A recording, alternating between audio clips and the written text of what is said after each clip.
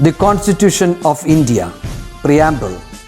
We, the people of India, having solemnly resolved to constitute India into a sovereign, socialist, secular, democratic republic and to secure to all its citizens justice, social, economic and political, liberty of thought, expression, belief, faith and worship, equality of status and of opportunity, and to promote among them all fraternity, assuring the dignity of the individual and the unity and integrity of the nation.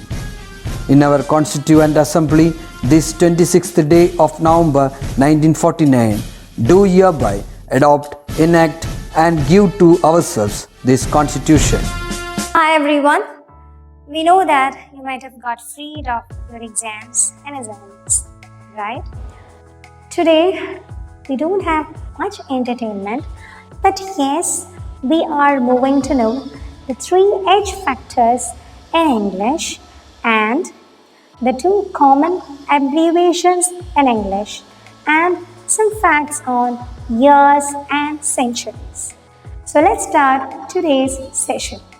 As we discussed earlier, we are moving to know the 3 H factors in English sentences. The 3 H factors are HAS, has, HAVE, have, HAD, had. So what are they? HAS, has, HAV, have, and HAD, had. These 3 H parameters or factors can complete a sentence, and on the other hand, it gives a complexity to the sentence too. Alright, so let us know why we use these has, have and had with the sentences. HAS, has. This is used in present tense and this must go with the pronouns. What are pronouns? She, he, right? These 2 are pronouns. She for a lady and he for a gent or a man. For example, we know a student who has good artistic skills. How do we say about him? He has good artistic skills. Alright? And if there is a question on asking that whether the other one looks beautiful or not, how do we ask?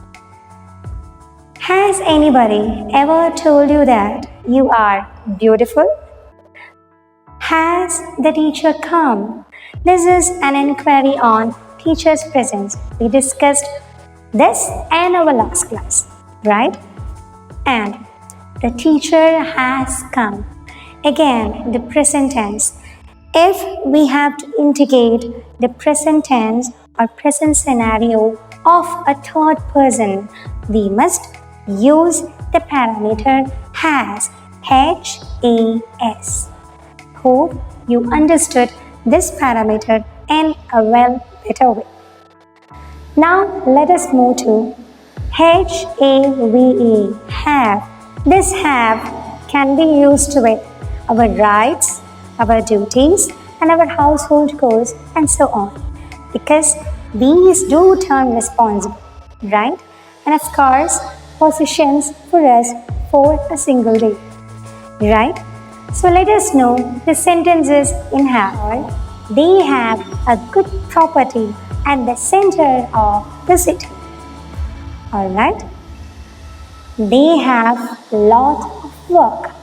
Again, it went with the duty and responsibility. Have courage, my girl. Have courage, my boy. Have the belief in you. Belief, the spelling is B-E-L-I-E-F. Belief is the confidence. Okay? Yes. Then, but this belief or confidence is the one which we carry with us for long as we live. For example, if you didn't spot your friend's food 2-3 days. Let it be a single friend, okay? You do go and ask him or her, I didn't spot your food 2-3 days. Have you been sick? Right? This is a questioning on his wellness for the past 2-3 days.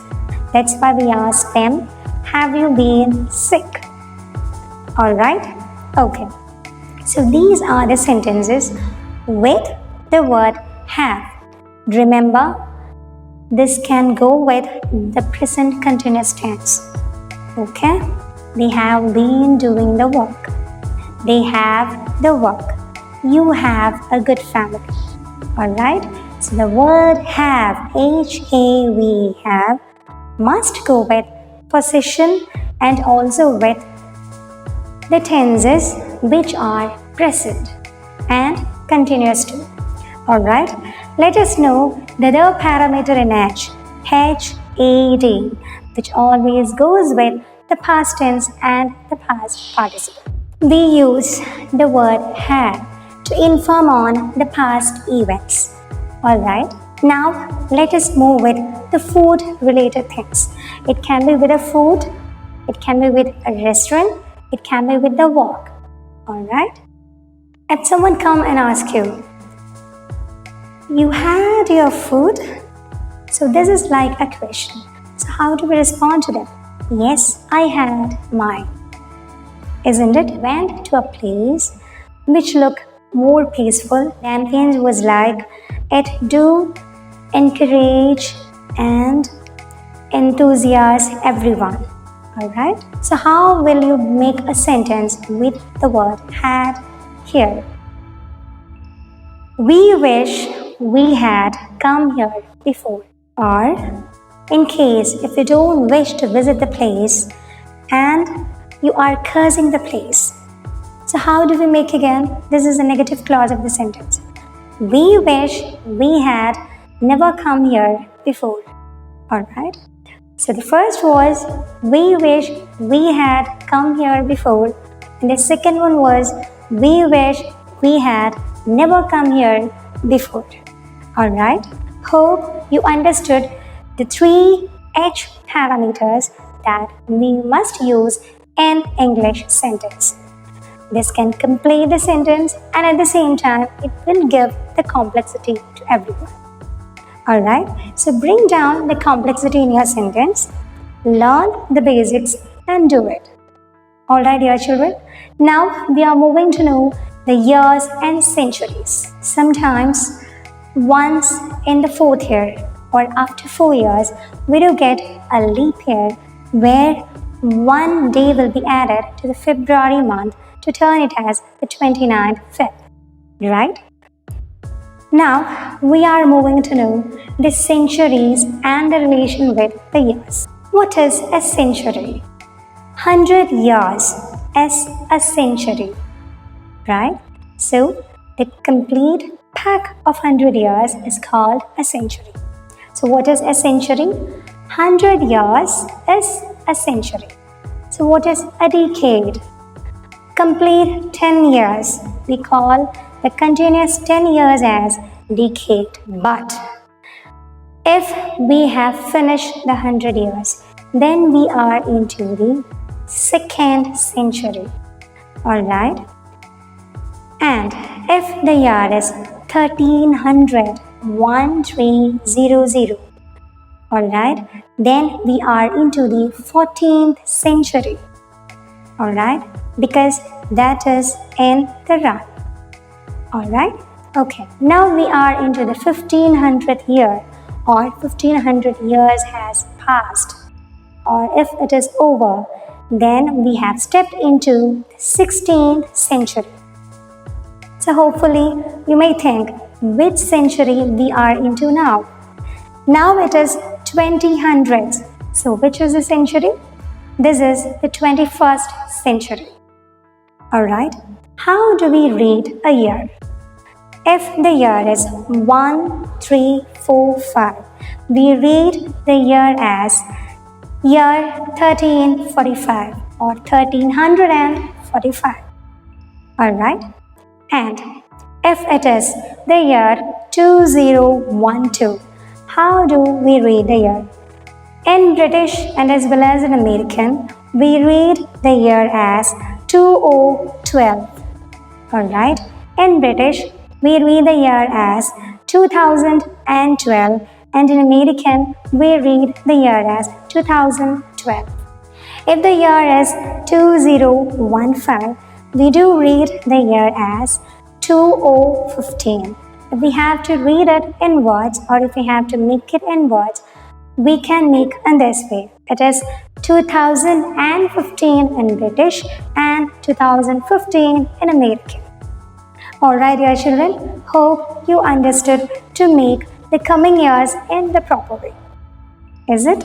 So try to make and name the years after 2020. Now let us move to the abbreviation of an agreement, the abbreviation of another opportunity. OK. We pronounce this as OK, right? Are you okay today? Yes, I'm okay. Are you okay to do the work? Yes, I'm okay. Do you come and join the meeting today itself? Yes, I'm okay with that. But what is abbreviation for the word okay? Right? We all think on this, isn't it? The abbreviation for okay reads in this way. That is, objection is killed. When do the object if we are not interested, right? And the common word for objection is a no, N-O, or else never. Isn't it, dear children? Okay is a communication which gives the other one the message that you have no objections with their decisions, alright? Or you have no objections with your team members. You have no objection to do the work. You are okay. You are completely agreeing with them. Alright? You might have found the word NIL, nil, isn't it?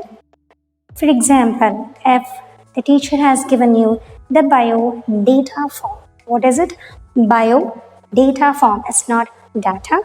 We pronounce it as data because data is a collection of information. Alright? Now, let us know the word NIL, nil. We know that this word has much inclination towards nothing to write on, nothing to mention, right? That's why we are writing there as NIL, nil, isn't it? That means as of now, there are no such information, or as of now, I don't have such information to give you, isn't it? So, don't you wish to know the abbreviation for this? NIL, nil, means next in line. Alright? So, this is just like a probability. Now, it's not there, but in the coming days, there can be, or there may be. Alright, dear children? So, NIL is just to denote that there can be things which come next, but now it is next in line. Alright, dear children? Okay, so hope you understood today's 3H parameters, the centuries and the years and the common abbreviations with the word of agreement and the word of non-agreement or next or coming. Alright? So dear children, as of now the class is over. Remember to watch the classes. We do call the students on a random way or on a random basis. Please try to update your things. Okay? I know most of you might have participated with Colosseum events, and we know that you all are equally talented, right? Contact the teachers immediately if you have any clarifications related with the topics. Alright? So that's all for the day. Until we see with the next session, it's a bye from me. Bye-bye.